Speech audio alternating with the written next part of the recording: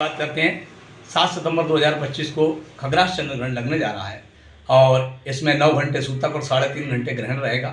12:58 पर सूतक काल लग जाएगा। तो ऐसे प्रश्न आए हैं कि क्या सभी वर्णों को ये सूतक मान्य होगा क्या, और सभी वर्णों को जब सूतक मान्य होगा तो शास्त्र क्या कहता है। सर्वे वर्णा सूतके भी मृतके राहु दर्शने स्नात्वा श्राद्धम प्रकुर्वीन दानम 60 विवर्जितम। इसका मतलब है कि 3 प्रकार के सूतक होते हैं, जन्म का, मरण का और सूतक का, जन्म का, मरण का और ग्रहण काल का।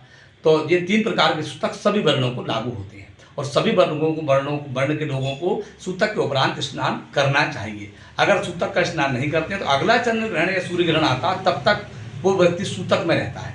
अगला प्रश्न हमारे पास आया है कि मान लीजिए कोई तीर्थ स्थान पर कोई माता बहनें हैं और वो वहाँ रजस्वला हो जाती हैं, तो फिर वो तीर्थ में स्नान कैसे करेंगी, क्योंकि वो रजस्वला हो चुकी हैं। तो ऐसी स्थिति में हम क्या उस समय भी हमको रजस्वला है, तो चूँकि वो खुद ही सूतक में है, तो फिर क्या उसको भी स्नान करना चाहिए क्या? हाँ, रजस्वला स्त्री को भी स्नान करना पड़ेगा सूतक का। तो इसमें धर्मशास्त्र हमारा कह रहा है, इसमें कह रहा है कि स्नाने नैमित्तिके प्राप्ते नारी यदि रजस्वला पात्रांतरित तोयेन स्नानं कृत्वा व्रतं चरेतः इति मिताक्षरोक्तो विधिर्गेयः। इसका मतलब है रजस्वला के लिए ग्रहण में, होम जप आदि में रजस्वला को सूत का दोष होता है।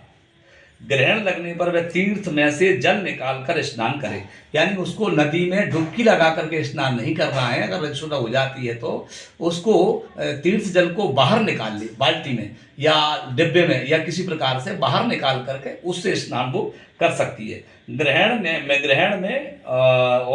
में नैमित्तिक स्नान प्राप्त होने पर यदि रजस्वला हो जाए तो पात्र में रखे हुए जल से स्नान करके व्रत को करे। इसका मतलब है ग्रहण काल में अगर रजस्वला हो जाती है तो अब हम ये सोचेंगे साहब सूतक में तो है ही हम, तो फिर स्नान करने से क्या फायदा। इसलिए शास्त्र ने नियम दिया है कि ऐसी स्थिति में जो है जल बाहर लेकर के तीर्थ जल को और फिर उसमें स्नान हम कर सकते हैं। नमस्कार।